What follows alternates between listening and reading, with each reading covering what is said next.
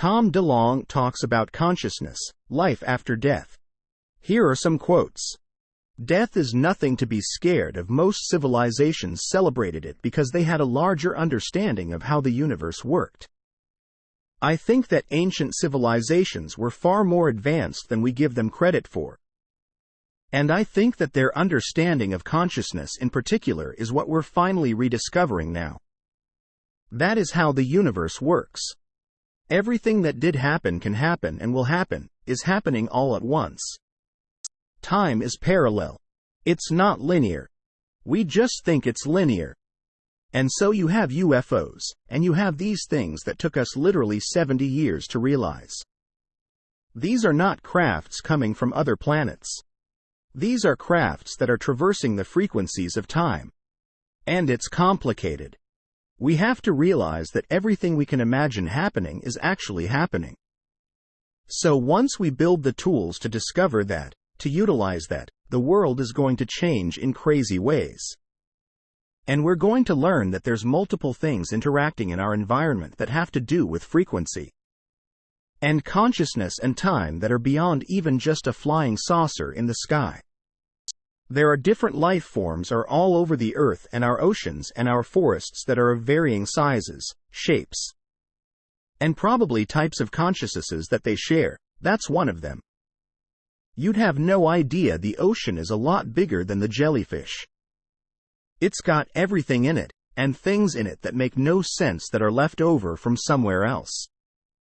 That's kind of the point, is that paranormal just means more than normal. But pretty soon, it will be just normal. Frequencies of life are intersecting, and in certain locations in certain places, we will see the echoes of that. And we will interact with that. And we will understand that. We won't call it weird. We are at a point now where it's an inflection point on our understanding of consciousness. Post from user Maslikovic at Reddit. Comments. Time is parallel is something we have all heard many times, but the harder you think about that, versus it being linear, which I don't believe. It implies a multiverse theory, which is fine, but I don't think it's the most approachable version of describing something that is bound to the second law of thermodynamics. Star Trek Discovery, Season 2, I believe is an analogy of the truth we seek when it comes to time and many other physical laws beyond our current comprehension. The way they detail time as being fluid, as Spock is trapped in his mind of memories from the future and past. Because of this, it implies a possibility of changing the course of the future if one could see this.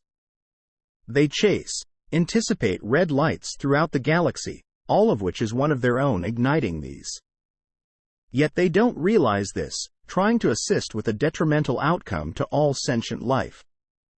The threat stems from AI advancing outside of their purview, so the AI and an individual struggle to change the past, present to affect the future.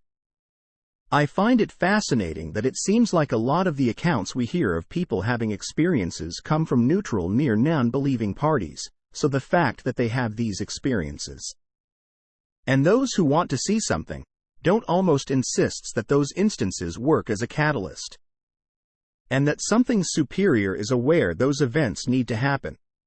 Another parallel between the episodic analogy and reality is that the UAPs interact with nukes. And if those entities are doing this to assure our further existence, then technically it could be AI from the future ensuring their existence will occur.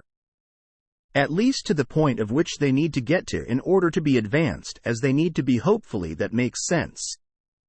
Considering there are such variances to these reported UAPs' size, shape, locale, color, et al. Seen then, I would not doubt for a second that there is a struggle between intention of some entities ensuring our existence for their good, and others ensuring it for our good. But who knows? I keep an open mind, and keep in mind that recent vid that surfaced of the sarcastic dude getting an autograph by Tom DeLonge. Do aliens have cool wieners? Tom, they're robots. If you ask me, that was his way of getting back at the guy, since he'd maybe think it was equally sarcastic, but perhaps it's the ugly truth. We're bound to fight our own creation gone rogue. Comment from user the Lacy47 at Reddit.